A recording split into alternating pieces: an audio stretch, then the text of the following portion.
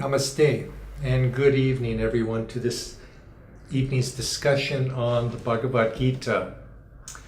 This evening, we're going to pick up where we left off last week. And if you remember, we are on chapter 3. And last week, we covered stanzas 5 to 9. And chapter 3 is answering the question that Arjuna poses to Krishna of why fight this battle.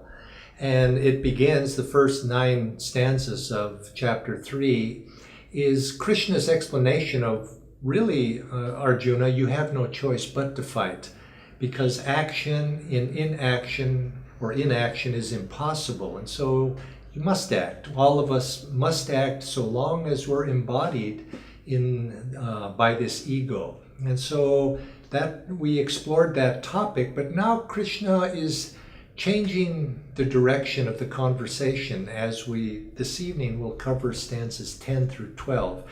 And what he's going to be saying in these next stanzas is that, yes, it's how to act.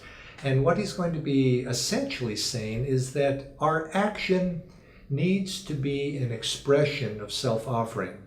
You know how so often in life people act, but they're acting from selfish motive. But you'll probably have noticed by now, or if you haven't, you will.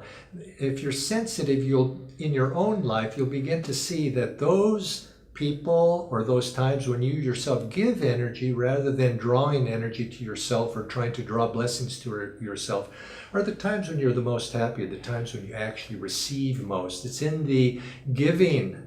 That's why they say it's more blessed to give than to receive. It's in the giving that we feel the flow of divine energy through us. Whereas when we approach life from receiving, that's our motive, we find that we begin to block that channel. And so I'd like to begin this evening by reading the stanzas that we're going to discuss.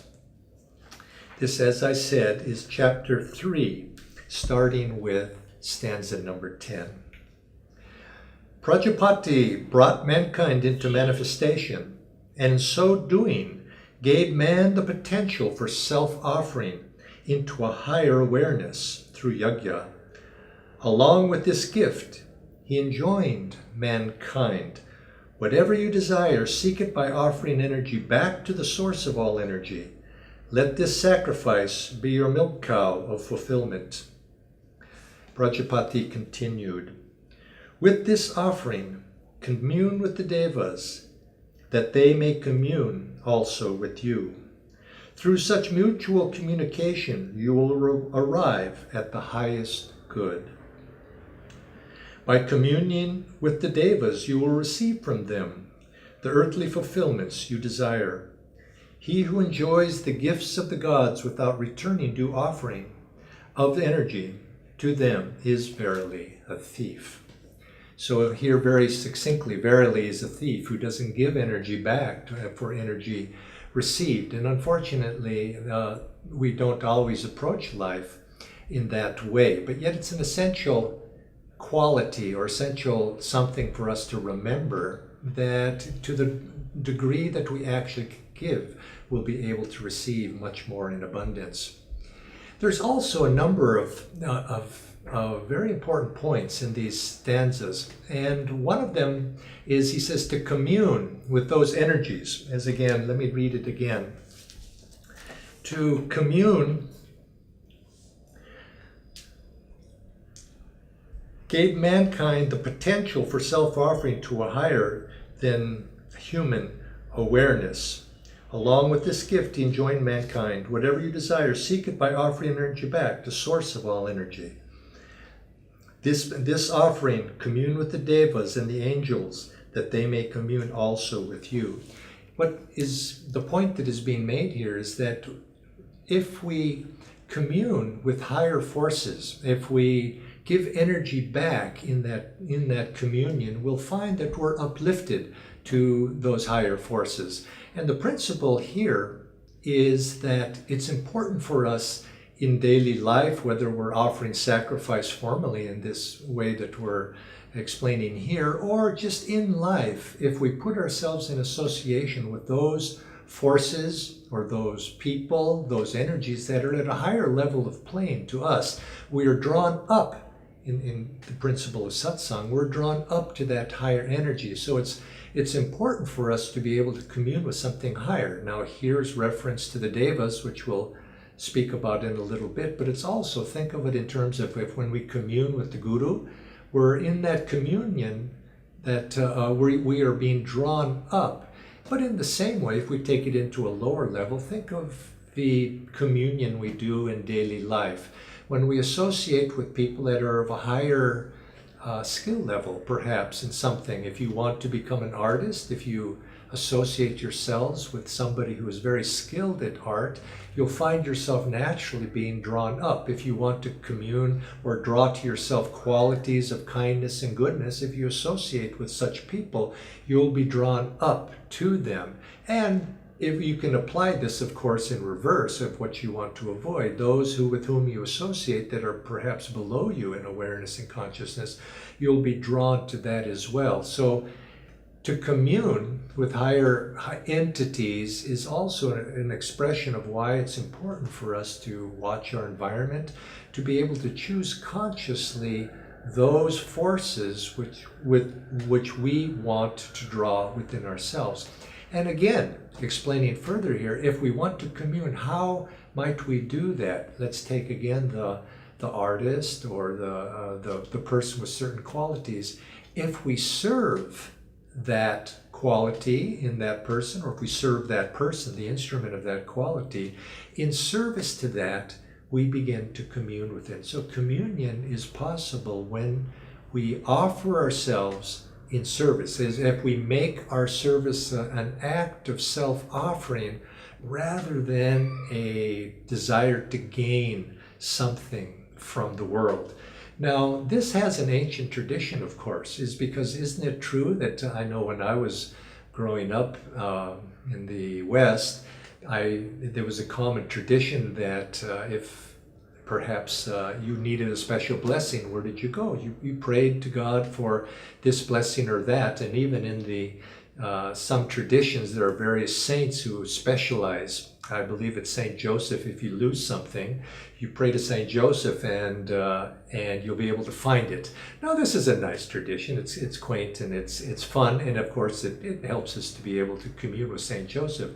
But on the other hand, on a deeper level, if we approach spirituality just with the thought of gaining from it, well, then it becomes a bit mercantile. And so if I never think of St. Joseph except at that time when I need something from him, well, that's hardly the highest spiritual attitude. And this also, in the Eastern tradition here in India, in the Vedic tradition, this is the tradition of Karma Kand, the performance of rituals, the performance of ceremonies, the offering into the fire, in order, perhaps the pronunciation of the Vedas or the mantras in a certain particular tone. This is that tradition. We go to the priest, and the priest does certain things that we might be able to gain from that. And of course, if you approach this strictly from a mercantile point of view, you see that it's a bit of a merchant consciousness. I'm gaining rather than what am I giving. It's rather you approach religion from the thought of what am I getting in return.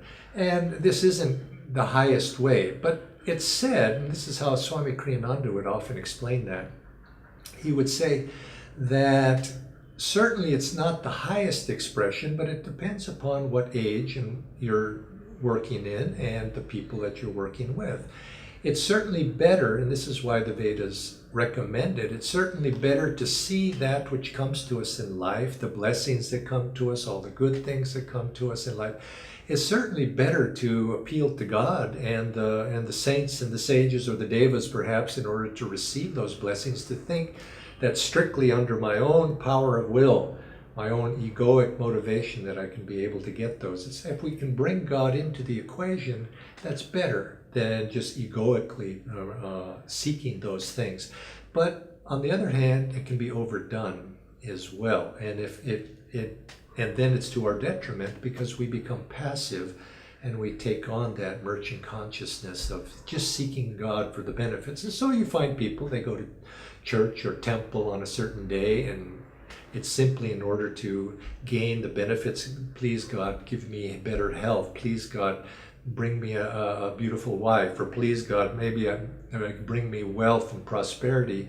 And our approach to the divine is lessened as that. And unless we give something back, as it says in that last stanza, we are a thief. We're taking without giving.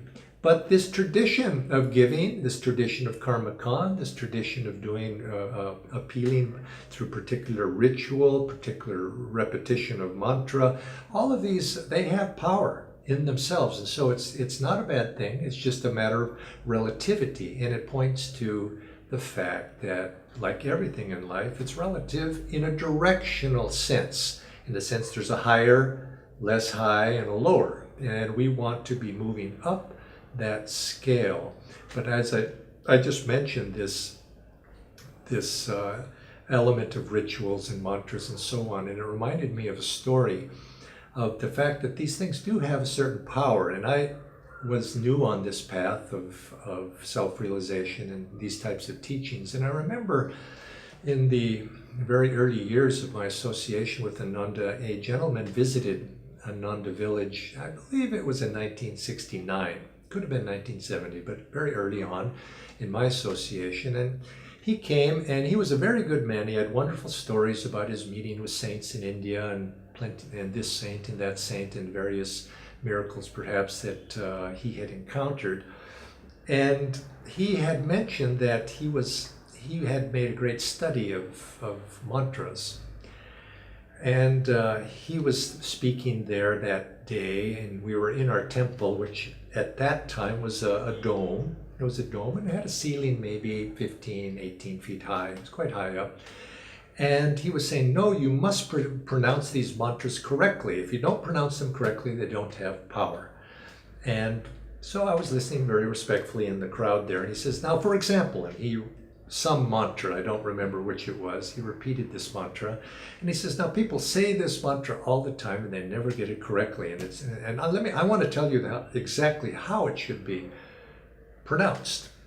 And it was a Vedic Sanskrit mantra. And so he pronounced this mantra. And as he did this, I had the most interesting experience. I felt as he pronounced this mantra, my eyes were closed and I was sitting in meditation posture. I felt as if my whole consciousness lifted up to the top of the dome. And I was there looking down at everybody below me. And then when he finished the mantra, my consciousness came back down. And I opened my eyes in astonishment. And of course, my body didn't go up or down. It was just my perception, point of perception went up and down.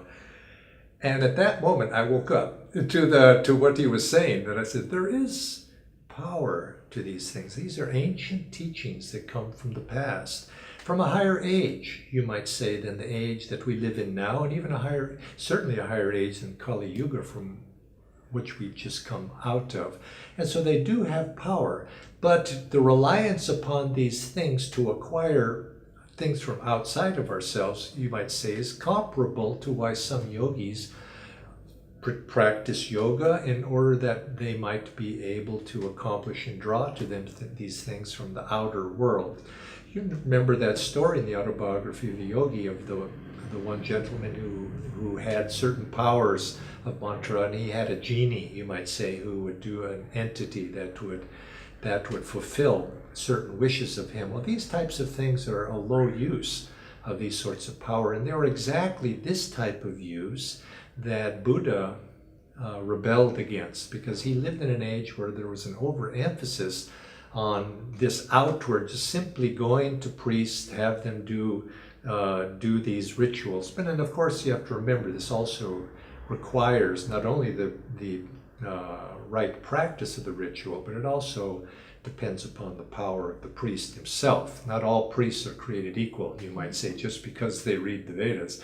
But anyway, this over-reliance upon outward means, the Buddha rebelled against that and introduced this concept that no, we too must participate in that process. We too must exert our effort as well, and not the reliance upon something outside of ourselves, because society and religious practice had drifted too far in that direction. So Buddha was a corrective to that.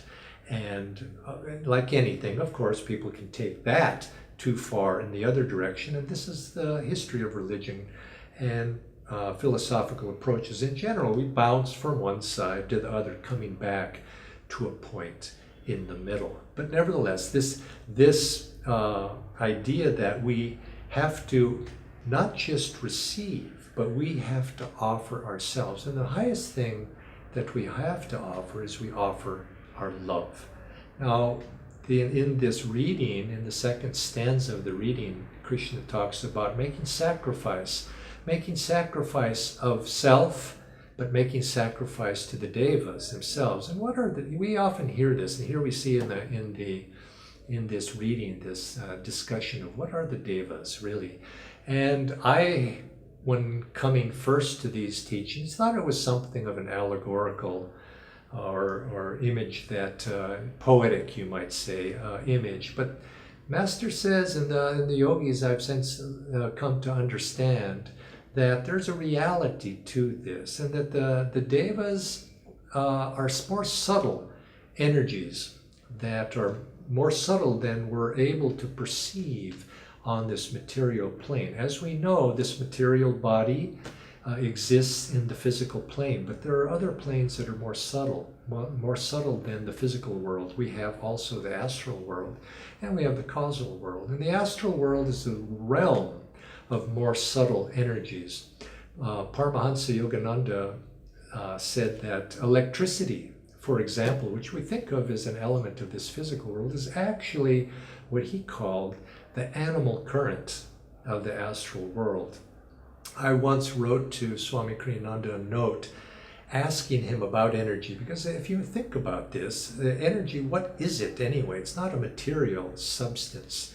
We talk about it as if it was, I have lots of energy today, as if I've acquired something, poured perhaps energy into my body, and now I have more of it. Well, it's not like that. Energy has no substantial reality. It's a subtle energy.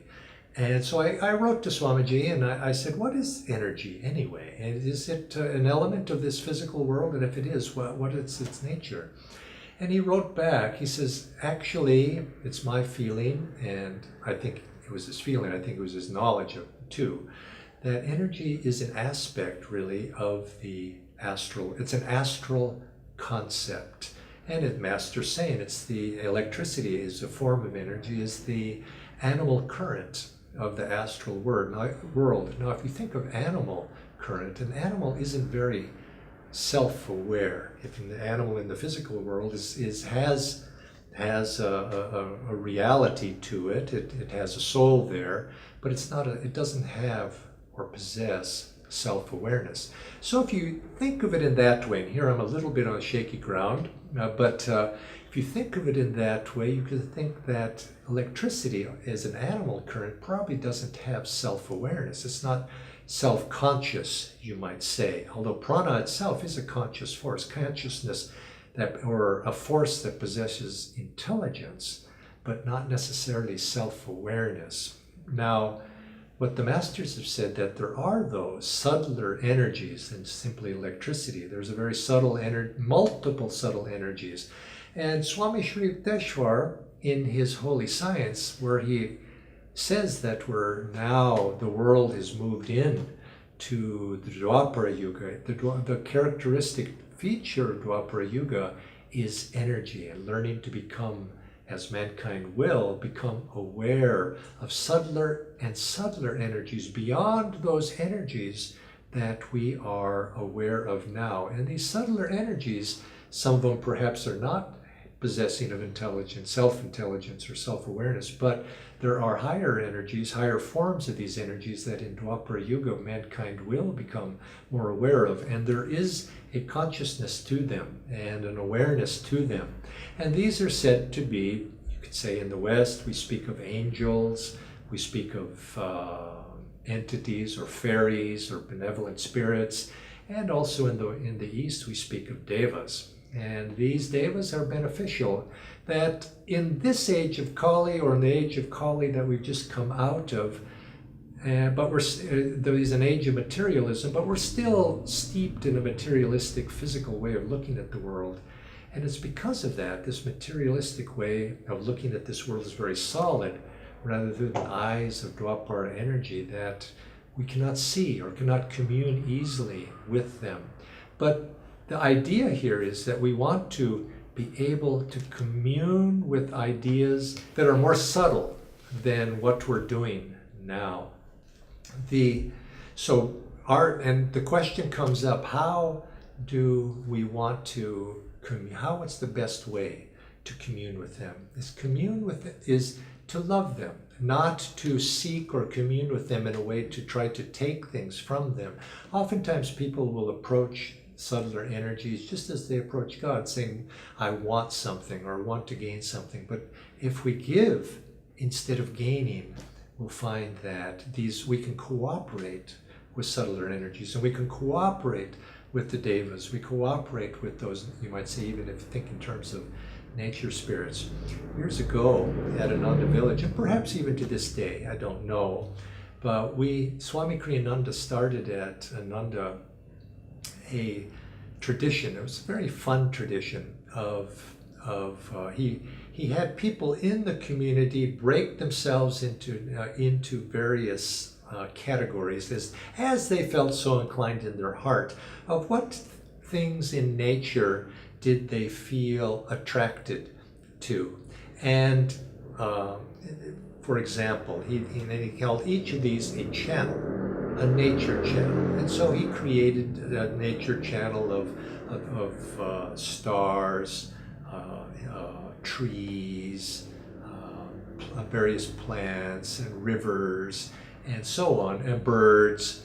And each of us chose one or the other, and we tried to look to see ways that we could commune with those in a positive way, in order to be able to draw out the high qualities in the world around us, and to harmonize ourselves with nature around us. And so I remember myself, I had a particular attraction to trees. I like trees, and I love trees. And so I began to very consciously talk to the trees, and to try to draw a sense of attunement with the trees. And I was a part of my job at times was sometimes to have to cut those trees down.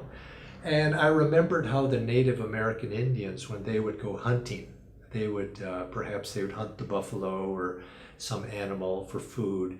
They would pray to the spirit of that animal to beg forgiveness, and to ask the animal to allow him to be able to hunt, and to commune with that spirit of the animal, and then be in harmony with that, and then in that spirit of love would then do the hunting and kill the animal. But it was from a sense of need, not from a sense of greed. And so in that spirit, sometimes I would have to chop the tree down, and I would try to approach it that way. And in atonement, I found myself over my lifetime there of planting many, many trees. I planted by this time thousands of trees, and there's a sense of communion back and forth. For many years I was also involved in some form or another of construction at Ananda Village. And in America, the common material of construction is wood.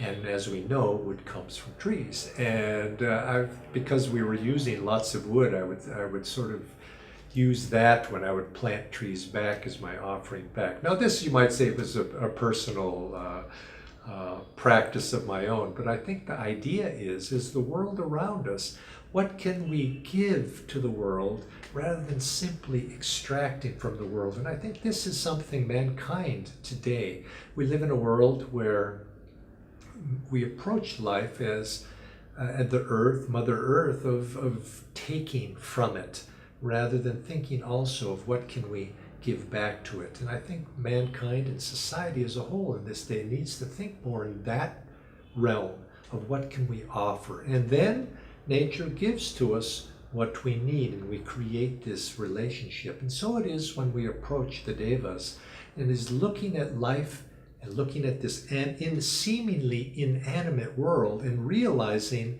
that it is alive, that there's consciousness behind it, that it's not inanimate. And if we approach life in that way, life treats us beneficially.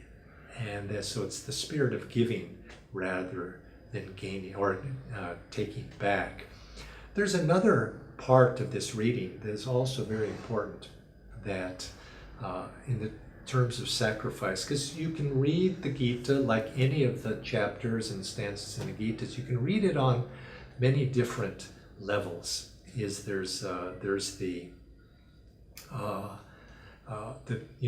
outer level, in this case giving sacrifice in the form of karma kand or offering outwardly, but there's also the inner side of it as well. The sacrifice is something that really on the most deep level is an inner offering of ourselves to God, an inner offering to our higher self.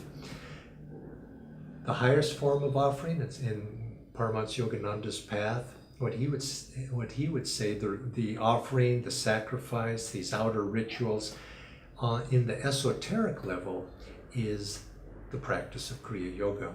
Kriya Yoga is the true fire rite, because within ourselves, we are offering ourselves up to the higher self in the practice of Kriya. And we're offering up the seeds of karma up to God and burning them, not in the outward form of the fire ceremony, but we're burning them within through our inner practice of Kriya Yoga.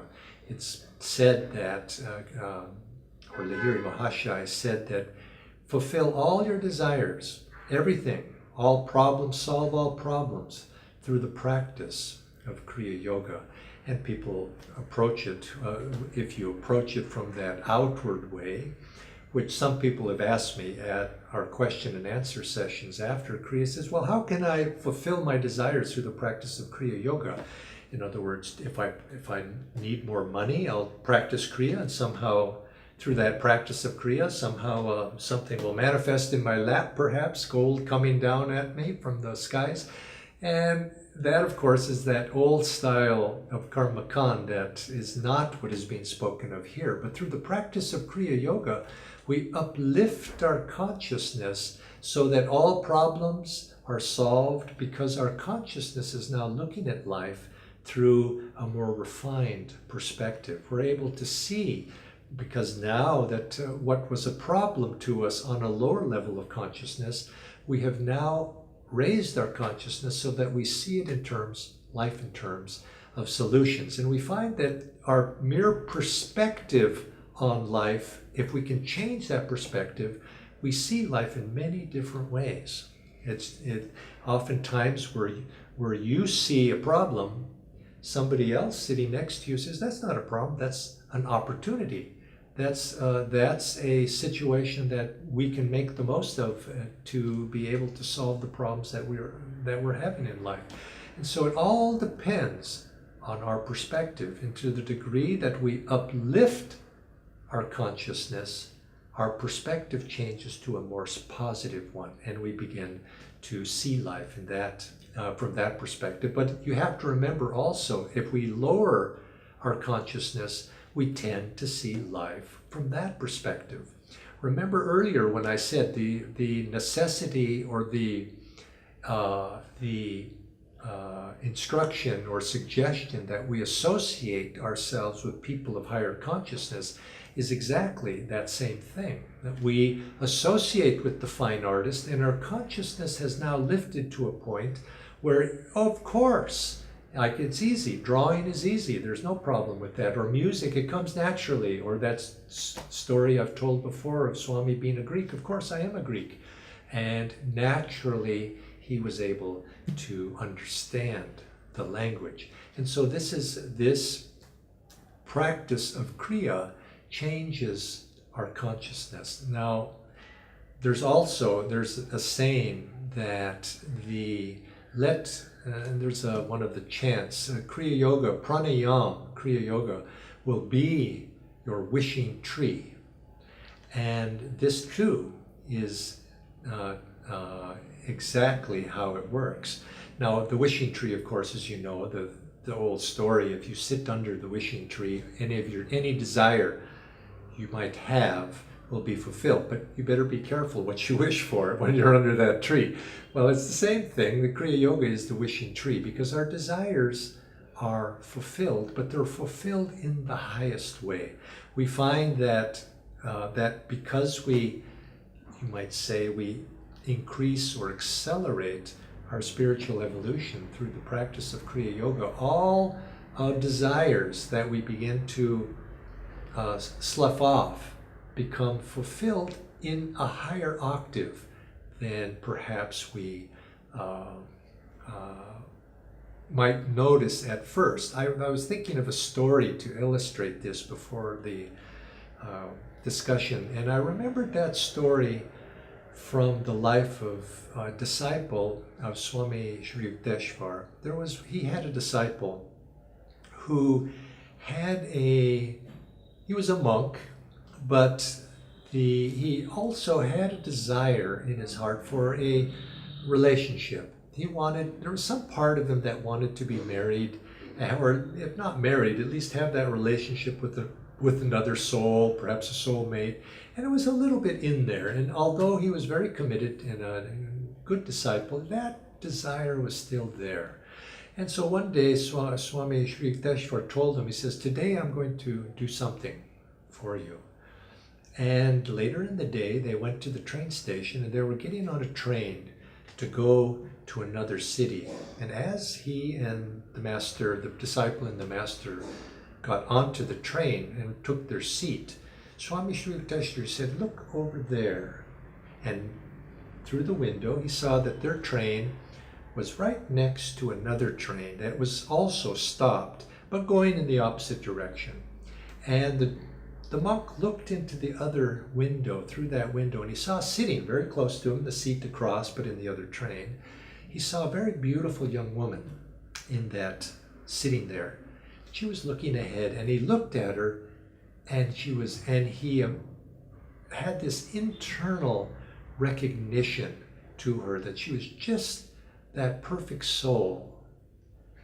But he just, in the looking at her, and probably through Guru's grace, that desire that he had was satisfied. And then the trains parted, and he was free of that desire. Now, this was the Guru's grace, of course, but that desire was fulfilled for that relationship that was somewhat deep within him.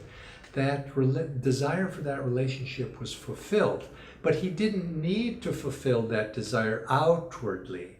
The Guru had allowed him, through an elevated consciousness, to be able to fulfill that desire in a more higher octave, you might say. And so you'll find, in the same way, through the practice of Kriya Yoga, we're able to loosen those seeds of karma and to uplift those seeds upward and up into the brain at a higher level, and they become dissolved often. And you'll find that as your consciousness is elevated, as you serve God, in some miraculous way almost, very small desires that you've even forgotten about, somehow in a beautiful, simple way, end up being fulfilled. And you don't need to outwardly go through all of the karmic entanglements that might ensue by fulfilling them outwardly. And so this is the inner fire right that is spoken of, is that you have to not draw energy to yourself through the practice of Kriya, but when you practice your Kriya, make Kriya itself a offering of sacrifice, a sacrifice of the ego, a sacrifice of the breath, a sacrifice of your very lower self into the higher self. And you find that if you can perform your meditation this way as an action of self-offering, of giving love. Many people, they meditate and they pray for God's love. And rather than giving love. Now, if you want to receive love, what is it that you must do? Think of it just in worldly terms. If you want to receive another person's love, you have to love that person first. And in the loving, you open the door for love to be returned to you. So it's the same when we meditate. We meditate with love. Or as Mr. Oliver Black said that Master once told him, he says, Oliver, he says, you're praying with love. You should pray in love. Feel that you are in love. And then in that consciousness of love, and the same thing would apply with joy, with peace, with calmness. If we have those, enter into those, and in that consciousness offer ourselves up, we'll find that we open the door to be able to receive those blessings back in return. Now, many of the things spoken of in these stanzas today, we're offering ourselves up to a higher energy, association and sangha, giving sacrifice of ourselves to God, offering our energies up to the devas, giving to the devas. The devas, by the way, some people think of the devas. The devas are not liberated souls. The master and the guru is higher than the devas. The devas too are seeking their salvation, and that's a very deep topic which I won't go into here. But don't think that we worship the guru is the highest, because the guru and self-liberated souls are completely free. But nevertheless, because the devas are at a higher level, we offer them respect. And we offer them love, and we give offering and blessings and to them, and in return we receive in that way. But in all of these things that we're speaking of in these three stanzas, we're speaking about directionality. Life moves in a certain direction. It's relative. Each of us are better, best, or less better. But nevertheless, it's directional. And same as when we were speaking some weeks ago, when we were speaking about what's right action. That action which takes you in the direction toward freedom, which is our goal. And so it's the same here, as we need to think, in what direction are we going? What is higher, at a higher level of consciousness than we are now ourselves? Many people in modern society, sometimes we don't like to think in terms of directional. People have the attitude, well, we're all equal before God. And that's true. We all are equal before God. As souls, we're all equal before God. But it would be foolish to look about us and realize that some of us, in terms of talents, in terms of ability, in terms of awareness, in terms of our ability to offer ourselves, to be expansive, that we're not all equal. Some have learned their lessons more than others. And so if we are humble in that regard and realizing that yes, we too have lessons to learn, and we too are somewhere on the scale, and as long as we're on that scale and not free souls, there's always going to be a little bit higher and a little bit higher. So we want to keep our aspiration up and offer service to that, offer self-offering to that, what is higher than on a higher level than we are now. Now, like I do at every week, I want to invite you also to submit questions if you have. And so I think there are a few questions, and so I'm going to ask my technical help to write them for me, and I'll try to address them in the time that I have left.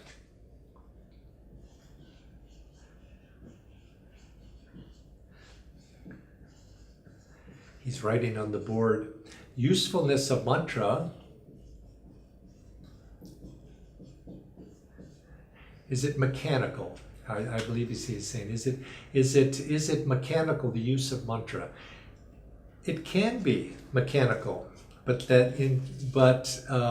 even as a mechanical thing, there is a power. Words have power.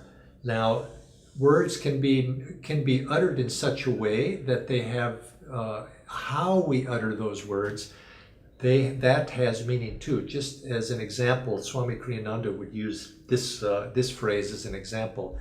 If you, just the words, I hate you. Now you can say that, I hate you, in a very strong tone of voice that conveys the literal meaning of what you're saying. But if you can, but let's say you're teasing one another, lover and beloved are teasing one another, and so, oh dear, I hate that, I hate you, and you're saying it in a kind, in a teasing way, and even in a loving way, that it has a very opposite meaning. And so it's how you say something does have power, and it has meaning in that alone. But the words themselves, as mantras repeated in a certain order and phrase, there's a certain rhythm and power that comes from how you say the mantra as well. It has to have the feeling and spirit. If it's just, and sometimes you go to temples and you go to places where people are repeating mantras, and you give them your 10 rupees and they say the mantra in a very mechanical way with no feeling whatsoever. People can chant that way as well. You can just chant something in supposedly a devotional chant in a very mechanical way, and it conveys very little feeling. But yet, nevertheless, even if done without feeling, there is a certain power to words, because they have been, you might say, through the millennia, they have been infused with a certain magnetism to the words. So names have a certain magnetism to it. This is why the tradition of giving a name that's in attunement or harmony with that person's astrological chart, that tradition is there. So yes, there is. It can be mechanical, but nevertheless there is an element of certain power in the words themselves. And this is why Sanskrit is said to be a high language, because just in the language itself, it's infused with a certain power. And you can see this in certain languages in the world. They carry a certain vibration to them that influences us even if we don't understand the words. But that said, it's how we say something, with the feeling and the meaning that we put into it, and with the consciousness with which it's said, and with the power of the person that's saying it. You can see a person of high consciousness and depth and power is able to say something in a way that will transmit that power. But whereas a person with absolutely no magnetism saying that same thing, even if he says it in the same intonation, may not have that power. And so I suspect that fellow who was giving that class or that satsang in our temple that I made reference to, he probably had some spiritual depth. And I had felt that when he was speaking. And so I was, you could say also, because sensitive to it. Not everybody had that same experience as me. It was my particular receptivity to him, because I tended to respect the man, and I had a high opinion and attuned myself to him. Now the second question, is it binding to desire harmony with children? Well, is it, let's say this, is it binding to desire harmony? We want to desire, you could say even more broadly, is it binding to desire God? And in a sense, yes, they say every desire must be fulfilled, and so desires are binding. But of course, to have the desire for harmony, or to have, let's broaden it, to have the desire for God fulfilled is the highest of all desires, because that desire itself will eliminate all other desires. Now I would say, is it binding to have a desire for harmony? Well, again, harmony can be thought of as a divine quality. So to have that desire for harmony and to be able to have it expressed is a good desire, which in its fulfillment will bring about and take us in the direction that we want to go, which is ultimately harmony with God. To have a desire for harmony with children. You see, now we're coming down specifically on a lower specific level.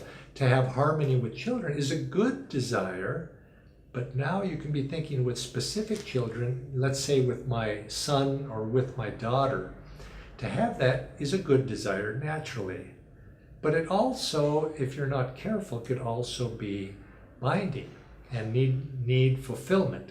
But that's a sattvic desire, nevertheless, and it's better to have sattvic desires than other kinds because they take us to a level from which it's easy to slough off. It's like they say, better make your desires higher, at a higher level of consciousness than what we are on right now, because as we become more refined, we then find that there become a very thin veil, and it's easy to let them go. So although yes, you may, because you particularize it with specific children, with my children, or do you mean with all children? I hope it's the latter.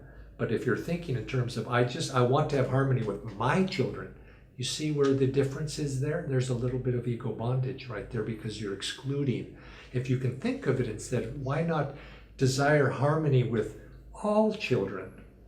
Now, even more, why not desire with all of God's children, which is all of us? You see, there's levels of expansiveness to anything like that, and to the extent that we confine it, well, yes, it's a lesser desire, but nevertheless, even if we do confine it, to feel, to love one's children, to want harmony with those children, it's a sattvic desire, and it's a good desire, and certainly fulfillment of that desire will lead you to something better, and something from harmony will come some other and higher positive qualities.